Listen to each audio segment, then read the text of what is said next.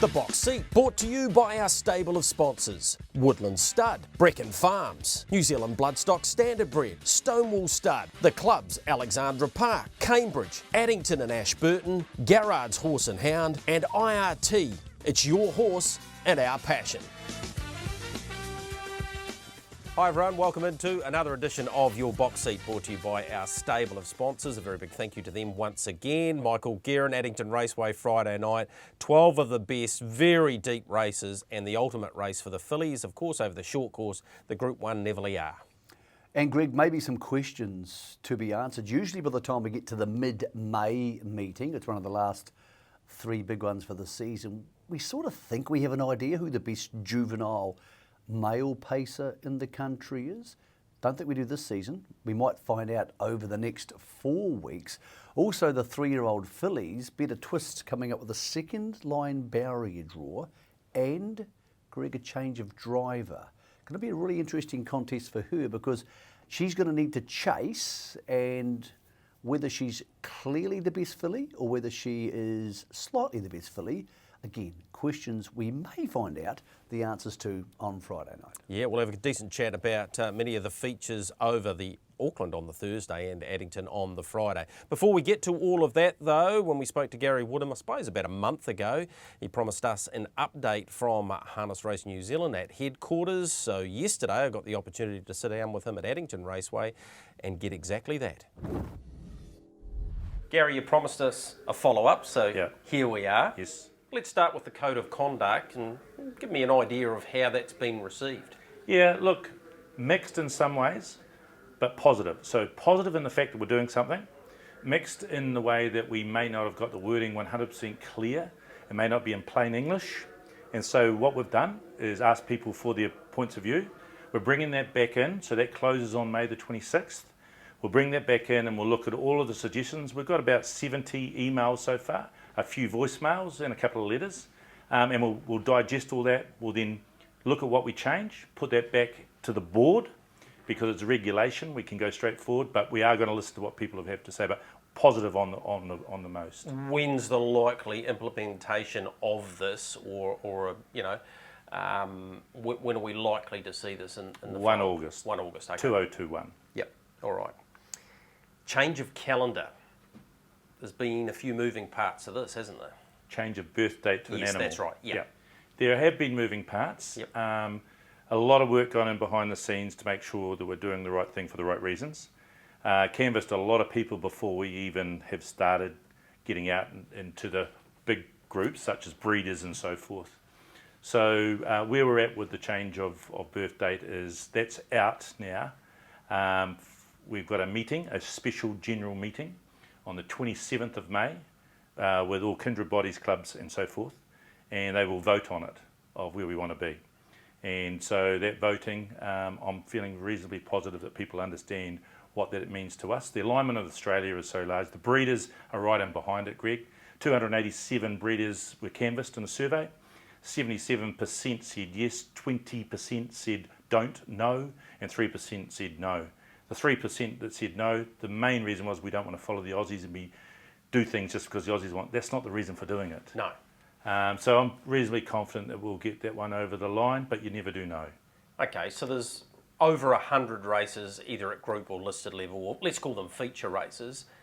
What happens to the calendar of those? And for example, where's the New Zealand Derby? Where's the Duels going to go? Or how are they going to be able to vote on that, not knowing where they're going to be? I absolutely understand that. So what we're doing is, clearly we have to run two scenarios. We have to put a new program together for the 1st of August 2021 to the 31st of December 2021, and then another new calendar, racing calendar program, from 1 January 2022 to the 31. So what I've said, and I've brought in about 7 different people from across the group, size, stakes, breeders, so forth, administrators, trainers, and they've been coming in on every Wednesday for the last 3 weeks into HRNZ and spending 4 hours plotting what it could look like.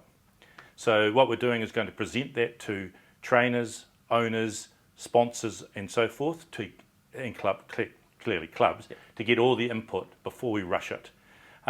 What I have said to them, Greg, because tinkering around has been done for a long time, and we're not getting where we need to be. I said there's one thing that must not change, and that's Cup Week at Addington, and the only race that doesn't need to change is the Cup, New Zealand Trotting Cup. Go forth and have a look at anything else as a proposition.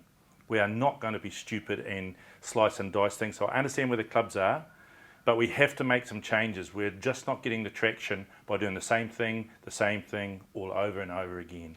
So in the next 3 weeks, a lot of people have a chance to input to that before we get too far down the line. Okay, I'll weigh in on Monday night. The CTO, Dean McKenzie, was interviewed by Emily and our own Michael Guerin, of course. Some positive news. There's been an additional payout, I believe, this week of just over $5 million, of which harness racing share is about 1.4.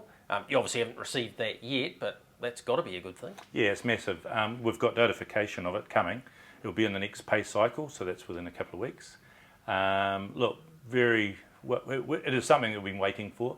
If we all know the numbers, they're round about 29 million ahead of their budget to date, so they're doing extremely well. Yep. It's massive, and that's all because of the punters. Yep. Let's be really fair. The money comes from punters, and the product's there, and the punters are enjoying what they've got, and they're not going overseas as often as they used to, so we're getting as Europe. But well done to the TAB. Yeah, 5 million will go a long way. For us, about 1.4, and it's pretty easy for me to talk, though I have to go to a board. There's one place it should be going, and one place only in my mind, and that's straight to the owners. It's called stakes. Yep. And I made a commitment to people when I took this job that that's what we'll do. We're going to look at a few things, integrity and ROI for owners. So let's get the money, let's have a discussion at the board level and get that flowing through as soon as we possibly can. And if things continue, Dean also alluded to the fact 15 to 20 million at the end of the season. Now, it's paid out monthly, as I understand. Yes. So basically, provided the numbers are still where they are, the additional payment to harness racing, if we work on 28%, will be somewhere in the vicinity of $5 million. Yeah, correct. But there is some things to do with that. For example, you need that rainy day money for a start, because that's what we didn't have when COVID hit this time. Yeah, Greg, you're well put. So we have been taking some money off the top of each month, 2%, to have that rainy day fund. We've got a set amount that we want to get, which is the 4.8 million I talked about. We're about halfway there. So if we just keep that going, then we'll for another year we'll get there. We don't need to get more than that. We just need to have that, because that's what we need to keep this sport going if there was another bad day. So that 5 million, if it was to be 5 million, that would come straight back in, and again to look at how we move that through. It's not going into the pockets of the staff that work at HRNZ for people may think. It is there to feed the sport.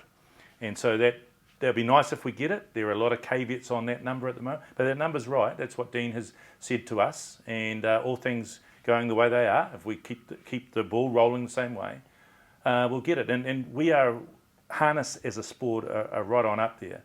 With 34% up in turnover and 32% up on gross betting revenue to this time last year, we are humming. And I believe we deserve our share of that wealth. I should have touched on this when we were on the code of conduct, and that's all very positive news, and that's great. There's been a couple of lengthy suspensions, disqualifications.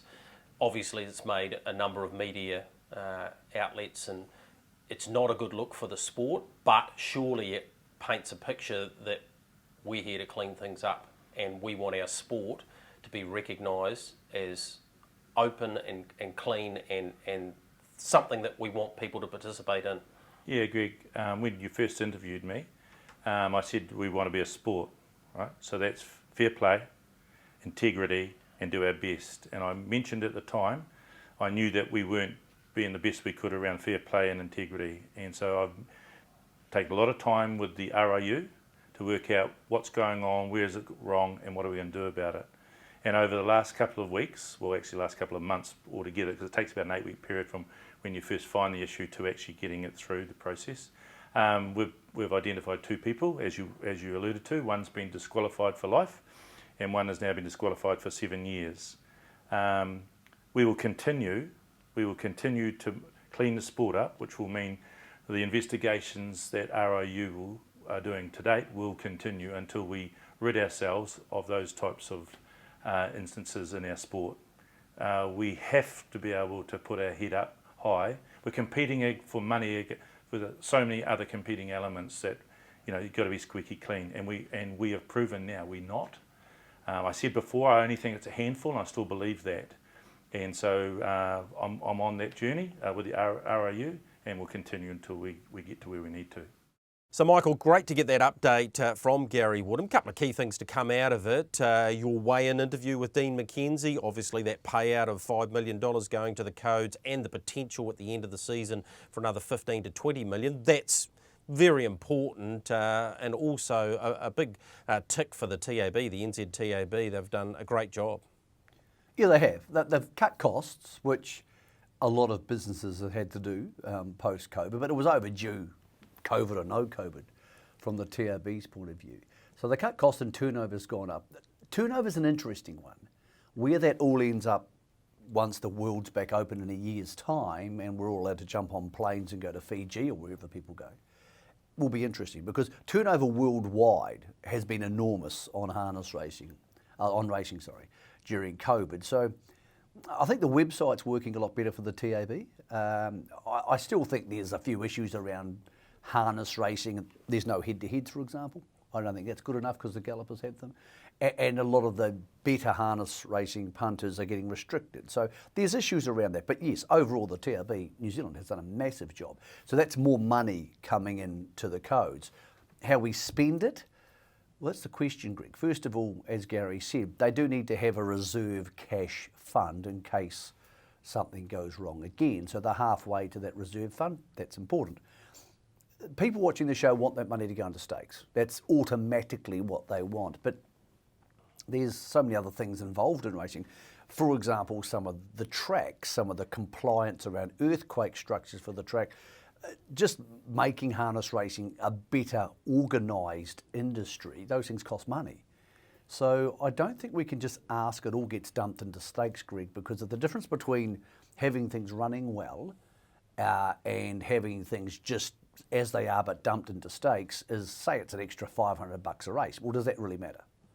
So I think it's a big question. It's a complicated question, Greg, because things like even IT and the software, Harness Racing New Zealand have a great website. I would love to see, Greg, a situation where if you and I race a horse together, which we've done, I can punch in my key number and register my 10% and not have to send any more paperwork. Those things I think would be great for racing. Again, is that more important to you, or is slightly higher stakes more important to you? So I think they're complicated questions for Gary and his team. What was your feeling out of the interview? Well, the other part to it was the change of date, horse birth date, of course, 1 January, 31 December, and the potential for that to happen, and the special AGM that's going to be held on the 27th of this month. So there's a bit of discussion needs to be had there around feature races, where they all fall, and we might do some modelling of our own, Michael, and have a look at that at some stage. So I think that's very important, and that code of conduct feedback is due in on the 26th of May. So they've gone out to interested parties and asked for some feedback on that as well. So yeah, they were the main things for me to come out of that. The code of conduct's an interesting one because it has to go both ways. Yep. Since I've been involved in harness racing, I've seen junior drivers, trainers, owners who have made complete tools of themselves at the races.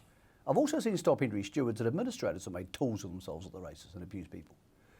Has to go both ways. Yep. Now, there's no doubts about that. I've seen the whole, I've done it. Gone somewhere, yelled at someone at the races because they yelled at me, and you have an argument. So it can't just be about that, because human emotions come into play. But social media has made it worse because social media is a great chance for people to show how stupid they are. And harness racing has a fair bunch of those, as does lots of other parts of society. The interesting one around the date structure or changing the season, it's getting perhaps more important because the Australian season has changed and our brains are still catching up to that. For example, Greg, we've got the jewels are stacking up as a really good jewels because I think only 2 of the top sort of 50 horses might have pulled out. Cracker Hill and Vacation Hill are out. Yep. Most of the good paces are turning up. It used to be that the horses would do that and some would roll through to the Breeders' Crown. But now in Australia, outside the Queensland Carnival, which most people aren't going to go to, there's this massive hole. So are we saying we're going to race horses till May and then put them in the paddock and bring your 2-year-old back for October? And that's what we need to ask ourselves. So I'm all for not having our best races in the middle of winter. Clearly the one thing which would be the most impacted, one would suggest, out of all this is the duels. Because if it's a season-ending event, is it going to be in December or even roll over into the new season in January once the leaders have been established? I think that's possibly a good thing. I like the duels the way they are now, but that's the most likely event to have a significant change, and maybe going away from winter to summer would be quite good, Greg, because we've actually been really lucky with the duels. Yeah. We haven't had many disastrous rainy days, but let's hope we get away with that again this year. Yeah, exactly. It's pretty close now. So we'll just see how that evolves over the next couple of weeks. Let's move from that to a new innovation, joint venture between Addington Raceway and the Herb. We're about to hear more about that and explain exactly what the Herb is. Starting off with the conversation with Darren Williams from Addington Raceway. Darren, for a lot of punters, Stride Master is an essential tool, but you're looking to take it one step further. Yeah, look, we've had it for a few years at Addington. It's a data collection agent, if you like, collects data every metre that the horses run individually, but it's a review piece of information. So it takes the information, makes it available to you, make your own mind up what you want to do with it. We want to take it a step further. So for the last year, I reckon, we've been working with Dan Cooney and a product called the Ultimate Racebook, a digital racebook that takes that information and turns it into a preview piece. So look, we're rapt to be a part of it with Dan and just take stuff a wee bit further than we've already done with Stride Master. And I suppose for most punters and most people that get involved out there, having the time to do their own data, well, they just simply don't have that.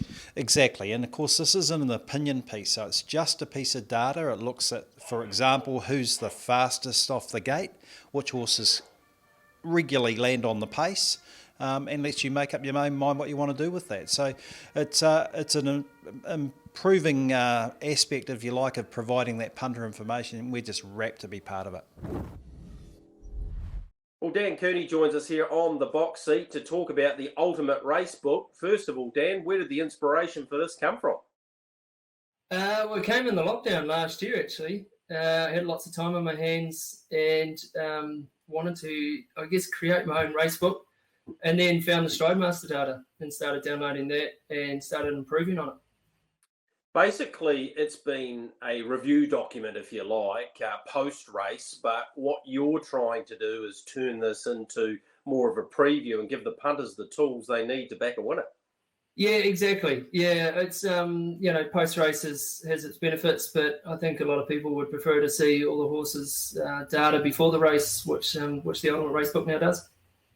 Talk to me about time equivalent, and for people that are watching this for the first time, they'll be thinking, what are you talking about there? But you can explain it better than I, but effectively it puts into the calculation how far a horse travels, because the time that we get for say the fastest or the last 800 metres, for example, is the lead time. Yeah, exactly. So with GPS tracking the horses at Addington, they provide all this wealth of information, including how far they've actually travelled and their time. So time equivalent, I guess the easiest way to explain it is in an example. So let's say, Greg, you and I were in doing a running race across a 400-metre running track. I'm on the inside lane, you're on the outside lane. We run the race, and it's a dead heat, and the time's 60 seconds. Now, officially our time is 60 seconds, but the time equivalent time is quite different. Now, I was on the inside lane, I ran 400 metres, so my time is 60 seconds. You're on the outside lane, which is about 460 metres. So you would have had to run a lot faster, and to convert that, your time is actually about 52 seconds. So, you ran 8 seconds faster than me, even though you're on the outside. So same with the horses. You have the horse that's last, comes 5 wide, and then 6 may actually have had the fastest 400-metre running time, and now we can measure that and record it. I'll get to that in a moment with Addington's meeting from last Friday, but the best place for people to go to understand it more and to get this wealth of data, because let's face it, there's a fair bit there for them to have a look at, is at the Ultimate Racebook website, which is the urb.co.nz. Yes, yep, www.urb.co.nz. Yep. Well, I think you've done a fantastic job with it thus far. The new innovation that you've come up with, you've been able to simplify it, and I see from last Friday's race meeting, we've got some really interesting stats there. For example, in the breeders' race for the trotters, Overzealous, the fastest last half there in 56.3, but it was actually Gold Chain who finished third, who went the fastest overall time. Yeah, well, I remember looking at those stats, and I don't think the fastest 400, 800 mile times, I don't think any of them actually won the race that were recorded. So that's what this website provides, and then you're looking for those horses that hopefully won't be last, won't be near the front, also will be near the front in the next race, and if they run that time that they ran last week, they should be in the money. Yeah, 2:25 for time equivalent time for Gold Chain, and the overall winning time was 2:26.1. Also, Cruiser actually went the fastest time equivalent time in the race won by Fabrizio. And when you watch that, you actually wouldn't pick that up because Cruiser settled 3 back on the outside. Yes, it came wide round the last bend, but that measurement that you use just shows you that Cruiser actually went really good. Yeah, absolutely. Yeah, it's really surprising how far some of the horses actually won their actual distance. It's very rare that they actually do run 1980 or 2600 exactly. And Cruiser's a perfect example. Okay, so Addington raced on Tuesday, but over the next couple of weeks, and Friday's a crucial meeting, Neverly R Group 1, you'll be able to provide all the sort of data via the URB. Yep, absolutely. Yep. And it's at Addington only at the moment. I know it's building momentum as time goes on, and ultimately it'd be great to have it at all racetracks, but we know at Alexandra Park they have the similar type of mechanism, and Stride Master at Addington. So this is evolving, isn't it? And keeping an eye on the URB website is probably the best way to go. Yeah, absolutely. Yeah. This Addington have been amazing with their support for me and for the URB, and we would love to have more horses GPS tracked. I mean, ultimately, I'd love all of them to be, and that'll just build on the website. All right, well, congratulations on what you've done so far. We'll do our best to get it out there and get people involved and give them another tool to back a winner in this great game of harness racing. And we look forward to catching up again in the not-too-distant future. Excellent. Thanks, Greg.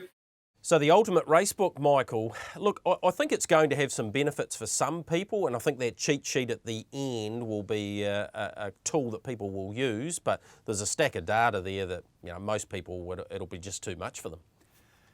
The more information, the better. Particularly for people who want to get in depth and want to play Gregory, the more information, the better. Now, eventually, when you set up any sort of database, people work the best ways to streamline that information into something they can use themselves. But you can't do that until you have that database set up. So well done to Dan and to Darren for encouraging him. I would like to see it at every track in the country, and maybe that's the future. But at the moment, somebody's got to start. And Addington, the home of harness racing, has said, well, that'll be us. Yeah, it's a pretty good start, that's for sure. Right, let's get into a bit of a review before we get to Addington Raceway and the big go there on Friday night. Let's go back to last week and the feature Mare's Trot and Splash Cola, who's just angled off the fence there for Robbie Close. And of course, Regan Todd, this the Haradi Trotters, Heather Williams Memorial, the 10-year-old, the Evergreen, gets up to beat a pretty brave Gold Chain, and Overzealous charging late in the piece. Splash Cola's coming, Overzealous a length away, Gold Chain grabbed by Splash Cola. Splash Cola will score, beats home Overzealous, who nosed out a brave. She's been a handy mare, hasn't she, Michael? And this juggernaut of Regan Todd's, of course, our trotting features brought to us by Breckens. She's now registered 13 wins. She was beautifully handled, used her early gate speed to get in on the markers, and she was excellent once again. She was. I think she's a really good short course horse. I like her just off the speed in these type of races. She's a good mare. She's had a national record to her name, maybe a couple. And she'll actually end up being a nice broodmare now, Greg, whereas 2 years ago, you wouldn't have thought anything of her.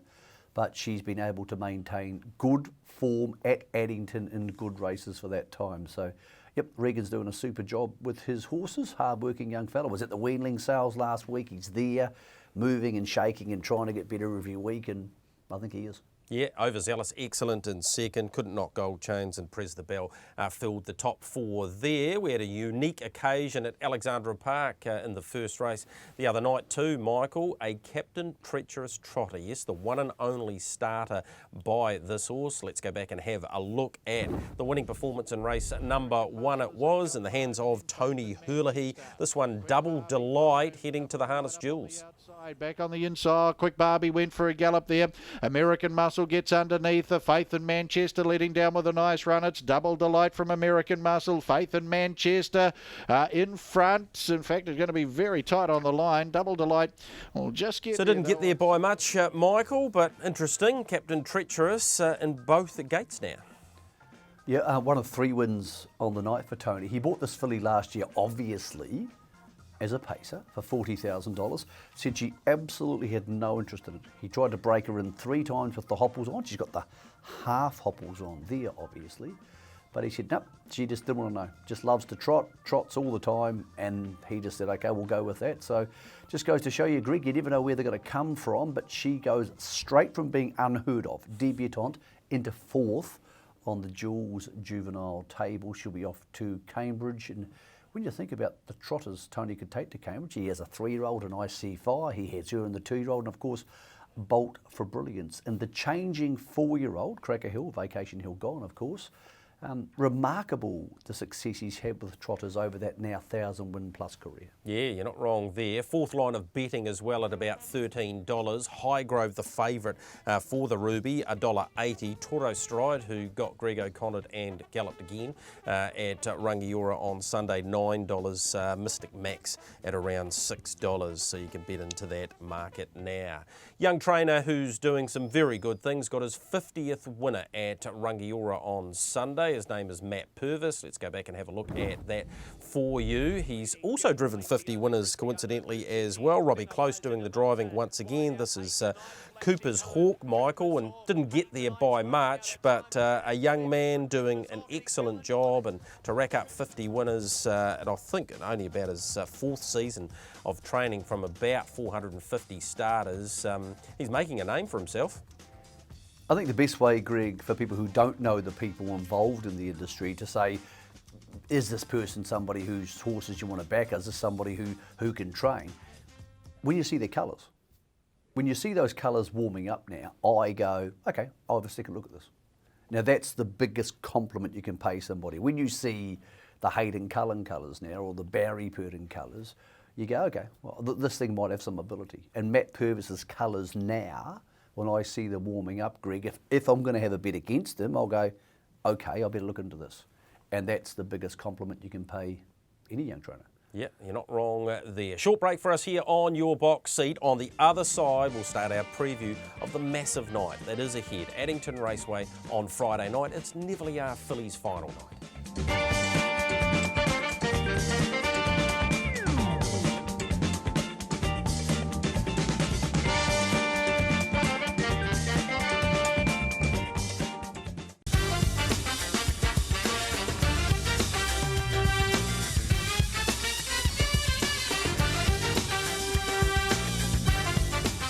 Welcome back into Your Box Seat. Let's get straight into it. The 43rd running of the Neverly Are Fillies final. Let's have a look at the market for it. $1.70 the price here for Better Twist. 3 the back row. One of the concerns I have here, Michael, is provided don't lie to me, the ballot comes out, follows out Songbird, so not a lot of early speed there for Songbird, so she's going to have to be lengths better than them here. Look, she is. It's a funny thing, in the last couple of years, Greg, I've actually stopped caring what other horses follow out, because so really does it matter. I think it does if you're 1 on the second line and the leader's barrier 1, but very often we think a horse 2 on the second line is going to follow through number 2 on the second line, and it doesn't work out that way at all. The modus operandi for Natalie Rasmussen, who now drives Better Twist, and we can see here winning last start most impressively, it tends to be balance them up early and then move somewhere between the 1200 and the 800 in these type of races, usually before the 1000. That's how she almost always drives 980s. So she's going to settle back for sure, but then she'll just keep moving forward and not lose momentum. I thought this win here, Gregory, suggested to me she's getting better. I still think she's a vulnerable filly to a speedy leader or trailer because so often she has to sit parked, but I'm not sure that the best other horses in this race are going to be around her. For example, here's the Honey Queen winning at Alexandra Park 2 starts ago. If she'd drawn barrier 1 or 2, Greg, I think Better Twist may have struggled to sit parked outside her. But she and La Rosa and some of the other favourites have drawn the second line, Greg. So I think her second line barrier draw may not be as bad as it could have been, but I do think she's a filly who is going to often leave herself vulnerable. But Gregory, did you think the last start performance suggested she's improving and strengthening? Yeah, it's hard to argue that she's not, and you're absolutely right. Natalie will move early in that 1980 fixture. Just news through from the bookmakers too. Better Talk Arc, a $500 each way bet at the $9.50 quote. She was a winner last start, of course, of the Southland Oaks. She does have a beautiful barrier draw of 3. Life's a Beach, we saw in that video, and she was second in the Southland Oaks. She was excellent, charging home behind Better Twist. I'm thinking John Morrison's going to have to go forward as well and take advantage of that draw. Is she the most likely, the way the barriers have fallen, to challenge Better Twist? That's the way I'm seeing it. I'm not sure she's a natural jump to the lead and keep running type horse. I think she's probably better with cover. I thought she was enormous in the Southland Oaks. I think she's the bet in the race. I think she's about $2.60 for a place as we record this. I like that. I'm keen on that because if she leads, yes, that's good. If she trails, yes, that's good. If she's in the first 6, the way she's hit the line in every start this campaign, it's still good. I see no reason that her 2.6, which is 160% profit margin on your dollar, is not at least as good, if not better, than the 70% profit on your dollar for a horse who has to win, and with all those other good horses being on the second line, Greg. I thought the horse who's in a bit of pains, La Rosa, one on the second line is just about the worst thing could happen to her. Yeah, she hates being claustrophobic. We know that. She has issues there, and yeah, how's she going to get into the race? It's going to be a big challenge. They might have to wait until the Oaks, the longer distance, the following week. Let's move on to the richest race of the night. New Zealand Bloodstock Harness $1 million for the 2-year-olds. You mentioned at the top of the show, Michael, we're not too sure who sits at the top of the list at the moment. Here's Willow Bay winning last week from a very brave Beach Ball. Willow Bay comes up with a wide barrier draw. Samantha Otley will take the reins. Most interesting here is around who's going to be driving what. Willow Bay didn't get there by much after being luckless in his previous 2. Natalie Rasmussen will drive Franco Mack from the inside, and Blair Orange will get back on Akuta, a horse, of course, he drove to win down south in the kindergarten, and the blinds go on. Spoke to Hayden Cullen about that. He did say to me the horse was sharper in its early trial with the blinds on. They took them off because he just seemed to get a bit racy, and they put them back on. Here's the best of the North though, Michael. Having a look here at Major Perry, of course, Strength and Honour, who went to Addington last week and finished it off nicely into 4th position. We saw that video just a moment ago, but yeah, it comes up with a beautiful draw. One of them, Montana DJ, with Zachary Butcher aboard. One of the Barry Purdon Scott Phelan team, not so the likes of Major Perry, who punches through off the back row. Yeah, I think Montana DJ's the key to the race. I think he's a very good, tough stayer, and I think he's about 40% of overs. He should be about $6.50 or $7. He's the horse who got beaten there, but what that video didn't show, he was taken on, pretty strongly in the first half of the race. I think he's half a chance of leading Montana DJ. And if he does that, that puts Franco Mack in the trail. And from there, Franco Mack's the horse to beat. And not just by a little margin, by a big margin. So having a bet in the race, I've got no idea who the best of these are, Greg, and I don't think anybody does, and that includes Hayden Cullen. I don't think anybody knows who's just the horse who wants to be there the most. But Franco Mack's a good horse. He's drawn barrier 1. He's got Natalie driving him, and he's almost certain to lead or trail, or even worse, be 3 back if Akuta gets across them all. All those things are good for me. Happy to be on him each way, or just as happy to be a Montana DJ a place. He's a big, strong horse. I think he'll like Addington. I don't want to back any horse in the second line in this race, not because they're not good enough, Greg, because over the last 20 years, if you start backing those horses in 2-year-old races off the second line, you're probably too poor to own a television set to watch them. Yeah, $200,000 they are going for. Quick look at that market, $5.50 if you want to follow Michael Wynn with Franco Mac. A Cooter at $3.20. Montana DJ Willow Bay around the $10 mark. Major Perry at $8. And Bollinger, who's inside second row, might get a beautiful run too. Johnny Cox to drive at around the $10 quote. The 2-year-old harness million for the Trotters.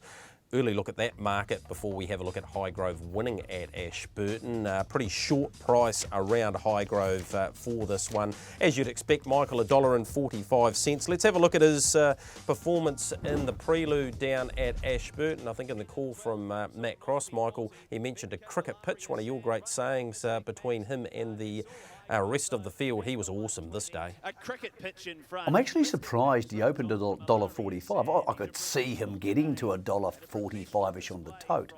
I thought they would open him $1.20, Greg, because everybody will want to run multis through him. He's winning here by an enormous margin. If he drops all the way, he'll win again. So $1.45 is very fair. He's the benchmark, as we often like to say on this show, having won 4 of 5. There's a few looking for some money to ensure they do get to the harness jewels, and Toro Stride's one of those. He finished 4th, of course, on Sunday after that early break, and I spoke to Mark Jones about Kauai Sunset, who was too good for them on Sunday, so therefore he should be making his way to the jewels as well. So yeah, he stands out. Highgrove in the harness million for $75,000. Well, Greg, the problem for some of those horses, of course, this week's money doesn't go forward. No, it doesn't. Absolutely, it doesn't. So they have to earn some money next week. So in the size stakes, yeah. It's getting pretty pointy, and it's a case now that we're trying to fabricate things in our mind to get Highgrove beaten, because you always do. You're looking for other options for the punters. I'm just going to stop doing that now, because I'm happy to multi him this week. I'm happy enough to multi him in the jewels, because I just haven't seen anything to suggest somebody's going to run past him if he trots all the way.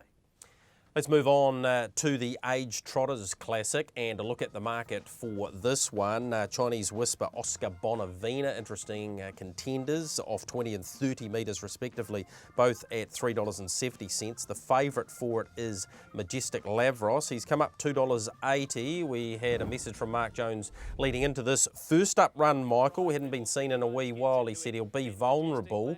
This, of course, was in behind American Pride. He charged to the line though. He's had 2 trials since then. He did finish second behind Prez the Bell and then won a trial at Rangiora last week. So he's been kept ticking over for this race. It's a really good race for him at $40,000, and as we know, he won the South Bay Trotters Cup. So he's more than capable of not only being competitive at this level, but taking care of business, particularly with his advantage of only being off the 10 metres. Here is Chinese Whisper though to remind you of how good he can be. Yes, he got it wrong last time at Invercargill. That was in the race won by Ultimate Stride, but he's picking up Oscar Bonavina over the mile, and he really charged to the line here, Michael. So 20 metres might not be enough to stop him. Of course, he's only had the one appearance at Addington, and this was a winning one. Yeah, I think it's going to depend on the tempo of the race. If the favourite just strolls around to the lead, it's going to be awfully hard for Chinese Whisper to catch him, because he's going to need the right drag into the race. I also think in the race we're showing you there, Oscar Bonavina punctured fitness-wise, and I think he's a good horse, Chinese Whisper, but Oscar Bonavina's subsequent form takes some gloss off that performance. Not that he's done anything wrong with Chinese Whisper. Willing to forgive the gallop. Last week just didn't work out at Invercargill. Nathan had to go back to the inside. It was just a messy, ugly race once Ultimate Stride led. So I'm not sure what to make of the Chinese Whisper win, because I'm not sure what to make of Oscar Bonavina anymore. So what do you make of this race then? Because we've got Andover Love, Gold Chain off the front. You've also got Midnight Dash, excuse me, the player, and One Magic Kenny. They're all chances. There's not a horse in this that if it won it, you wouldn't go, oh yeah, fair enough. Midnight Dash is a horse you can back each way. Oscar Bonavina is the totally confusing horse. Yeah. 18 months ago, we thought he was the best trotter in the country. He started at $1.90 in Dominion. Yep. And long breaks can do weird things to horses, Greg, but I didn't like what I saw at Alexandra Park. I thought he was good on the first night, very average on the second. I have no idea where he's at. He could come out and win this by 4 lengths and I go, okay. Yep. Or he could come out and run 5th and I go, okay. Yep. Natalie Rasmussen will take I just the don't reins. know. Yep. So, makes the race tricky because you're not sure how much percentage to add him to him in the market. But I don't want to be backing those 2 horses off those back marks because they're going to need to be significantly better than the horses in front of them to win. And I've got no proof in the last year that's true. Yeah, the Lone Star Size Stakes. It's going to be an excellent race. Talking about horses returning, Michael, we've got Chase Auckland, the former New Zealand free-for-all winner, the Size Stakes winner, and of course last start in New Zealand, he won the Waikato Times Flying Mile there at Cambridge. We'll have a look at his most recent trial before we have a look at the market. That's him in front, directly behind him, Michael, Better Twist. It was a Norwest Day in Canterbury. They ripped home in 54.2, I think it was, 26 seconds, which, okay, on a day like that is not surprising, but he's a really good horse, Chase Auckland. Tim Williams will take the reins once again. Takes on 5 rivals, Laver, South Coast Arden, Fabrizio and Plutonium Lady. The bookies have put up 190 for Chase Auckland. The second favourite is South Coast Arden, actually at $4.60, and Fabrizio, last week's winner, at around $5. You just talked about a horse coming back and what it can do to them. What do you make of Chase Auckland's 3 trials to prepare for this? I think there's two parts to that, Greg. First of all, it's great to have him back. He's a wonderful horse. He's a very high-level pacer, and he's done a lot of good things in his career. And I know he's got a big squad of connections behind them, so I'm rapt for you to see your horse back. The nice parts aside, from a punting point of view, absolutely you can't back him. Absolutely, because they're not going to blast off the gate, you wouldn't think. So that puts you back where? Coming back to near last? Well, let's go back through Oscar Bonavina. It's really hard to come back and perform to your maximum. Good trial, but it's only Better Twist. She's a 3-year-old filly. She wouldn't win this race. Yep. I can't back him, and I can't advise anybody to back him. If he turns up and wins, beautiful. Get the party balloons out. I actually don't mind Fabrizio. Yep. I think South Coast Arden was really good in the good 4-year-old races at Alexandra Park, and he may well go forward and lead. I think he's a good horse in front. But Fabrizio's a confusing horse. He was really good last campaign, and then he just completely dropped off the face of the earth. But he was strong last week, and he has an enormous fitness advantage over Chase Auckland. You can make a case to split bet those 2, Greg. Say to yourself, I'm happy to bracket them at 2.5, yep, which is what you're doing at those prices, and bet against Chase Auckland. Chase Auckland made us come and win, Greg, but I'm not going to back him. Excellent night, Addington Friday night. $10,000 guaranteed first 4s as well. First time Addington has had that opportunity. They did $1.5 million on Derby night. They're on their own. I think they've got a massive chance to do that again, particularly with the 12 races, and even might bust through those because some of the support races are excellent. The night before, Alexandra Park, got a couple of features to have a look at there, Michael. Looking forward to getting in to those. True Fantasy, of course, was excellent, winning last time. Goes into this race from the wide front row barrier draw in the New Zealand Bloodstock Standardbred Harness Million for the 2-year-old fillies. That's her charging home wide out. She was outside second row. She had a similar draw when she won at the park a week earlier it was. There's absolutely no reason for me to think that she won't be winning the Triple Crown, if you like, the big 3, and I think she can do it again even from there, and the bookies have put up $1.90. Yeah, look, she can, and I think $1.90 is fair. The one thing I would say is she hasn't bolted in these races. She's been incredibly good, but it's not like she's won by 2 lengths. She's not won like Highgrove's won by the cricket pitch we speak about. The other thing is this, and by no means am I suggesting she's not at her peak for this week because she's been racing, but Mark Purdon and or Natalie Rasmussen have been helping Hayden Cullen look after his northern team during the Rowe Cup Carnival. They haven't been helping since. They've been back in Christchurch. Make of that what you will. But over a long period of time, I'm here to work for the punters, I'm not here to make anybody feel good about themselves. Over a long period of time, when Mark and Natalie have their hands on those horses, they're there. When they haven't had their hands on those horses, they're a little bit lower. That's because they're the best. That's how it works. So I don't know. Who of that field? I know you've got an opinion on Montana Glory? Yep. That's Montana probably... Glory was good enough that if True Fantasy underperforms by a length, you can beat it. Yep. So, particularly if it's going back at the start, True Fantasy, which I'm sure it is, for at least a bit. So by no means am I saying she'll underperform, by no means am I saying she won't win. But the reason I'm not going to say, hey, load up, have your four-figure bet, get involved, is because of that. And that's been proven to me in both countries over an enormous period of time. And there's some people who will say, well, that's disrespectful to the staff who are with the horses. It's not at all. If the best two trainers in the country aren't with horses, when they usually are, those horses are very unlikely to perform to that level. That's just logic. I have to tell punters that, Greg, because, as I said, we don't work for the trainers, we work for the punters. Hara de Trotters Northern Trotting Oaks at Group 3 level has a small field. Let's have a look at the market for that. We've come up with Time Up the Hill at $1.50. Excellent in both derbies now.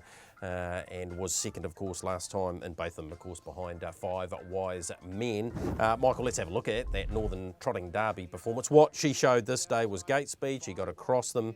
Mexicana, obviously galloping early, who is a rival this time in both of those races, aided that. But, gee, she'd only have to race up to this form. And her trainer, Michael Ward, has been with her throughout the whole time. You would think she's close to a good thing. It looks a two-horse race, Greg, even though there's 5 horses in the race, but it looks 2 horses who are group level horses so far. Who are Mexicana. Had a talk to Josh Dickey last night about Mexicana. He said wet track was the reason she galloped the first day, no reason the second day.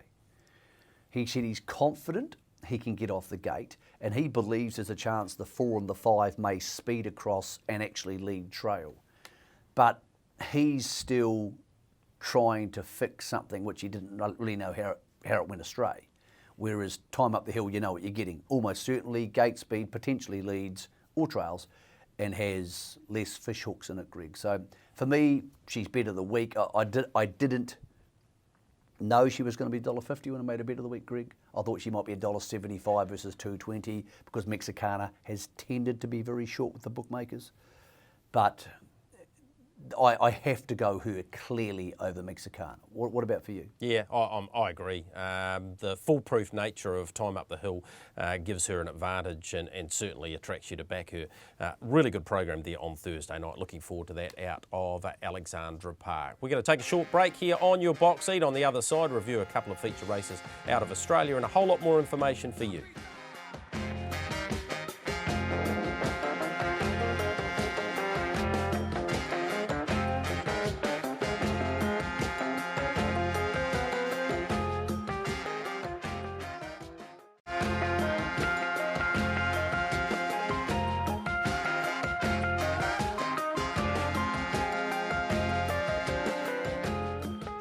You're in your home straight in your box seat with Garrards. Let's head across the Tasman, go to Menangle, the big circuit there, take in last week's derby for the Trotters.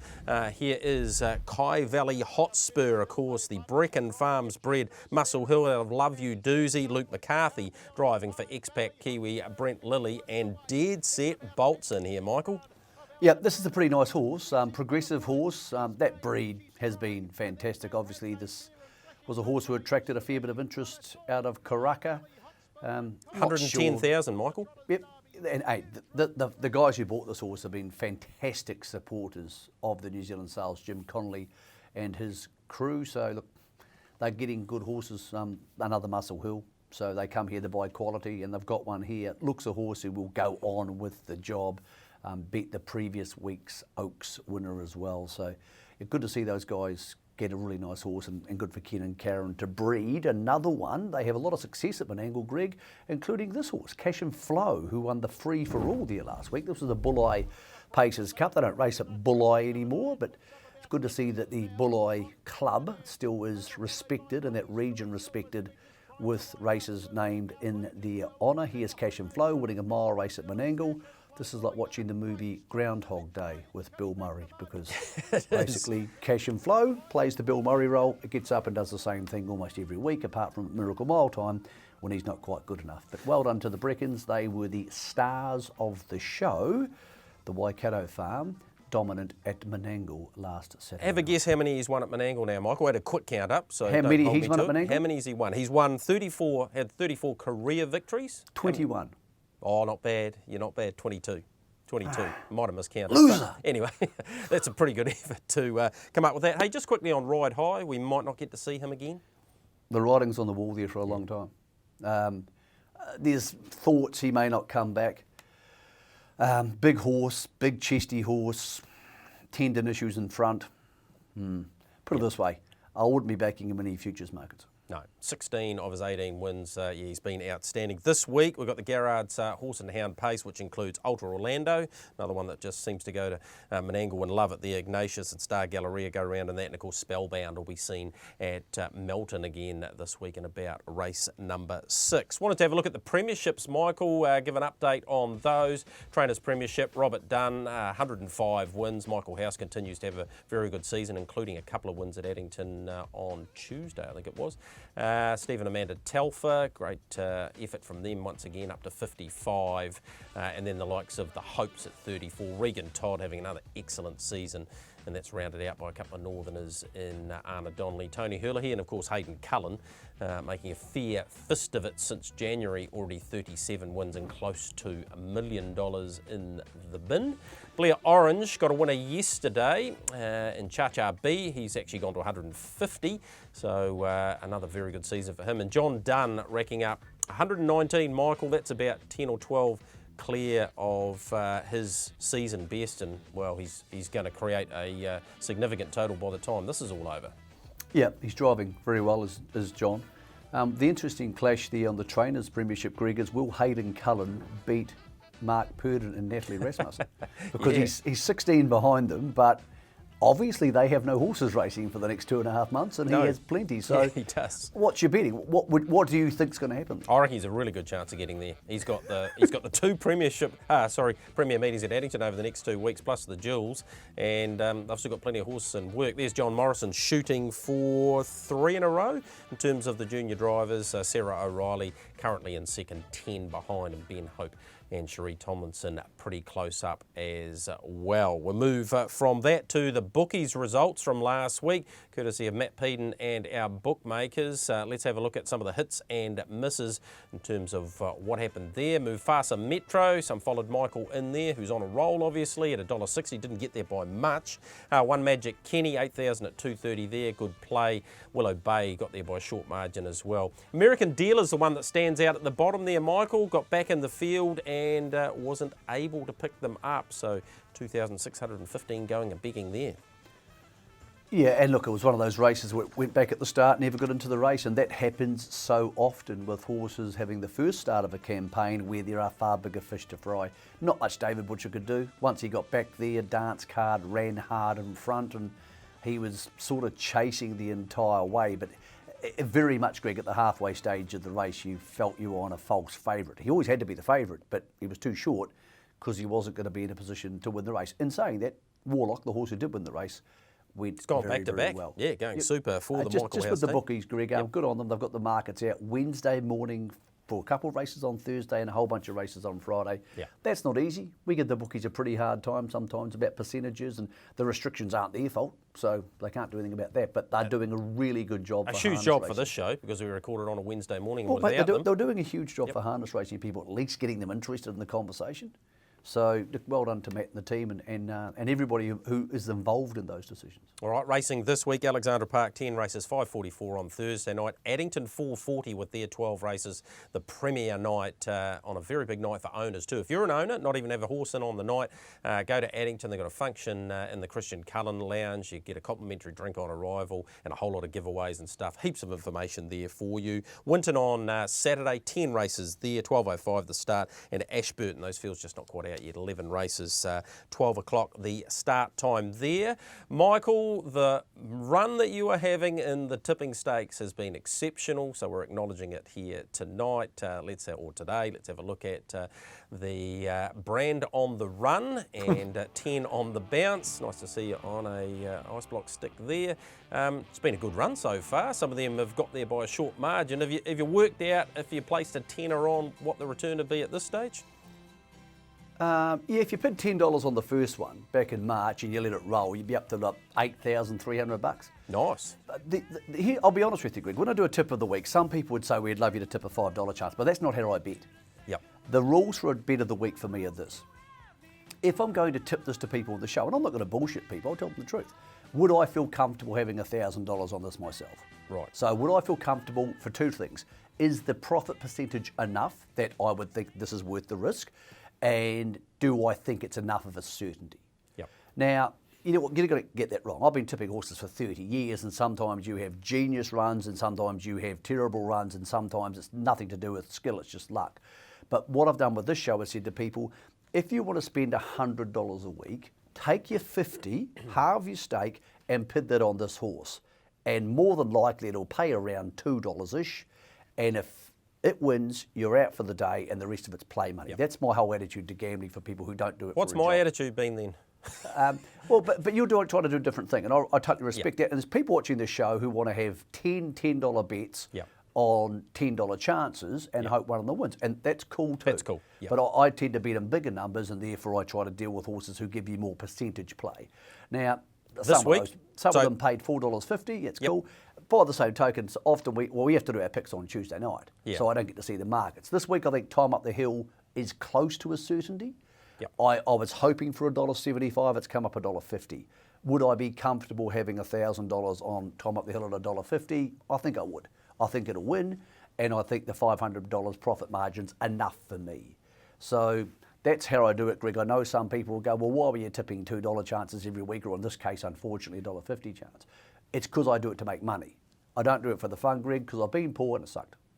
Not much fun. I'm with Got You Covered in race number 7. Spoke to John Dunn last night. He'll take the reins. Of course, finished second in the Rangiora 3-year-old stakes, and he's a pretty good horse, Got You Covered, and he's got a nice barrier draw, so I'm happy to be on him. And a big thank you to Door Contracting, Ronnie Door, continuing to get behind the show. Box Seat Jules Special. We'll be filming our preview show, Michael, on Monday afternoon. It'll have its first play at 10 p.m. on Monday night. The team from Trackside are also doing a preview show, which will happen on the Wednesday, and that'll roll in conjunction with ours, building into the Sunday. So you're going to have a whole lot of information to get involved in the IRT harness, Jules. Yeah, the more information, the better. And it's great to get different people's opinions. You'll hear ours and a whole bunch of trainers and drivers, and we'll try and give you some expert analysis on the Monday. Then we'll get to see different opinions from Craig and from Mark and from Matt on the Wednesday. And you can say, well, okay, that makes sense to me, or they cross-reference, and I really like it. So I think it's great. I think it's great Trackside's having a chance to do shows, because the TAB aren't technically in the show business anymore. Yep. They're in the turnover driving business.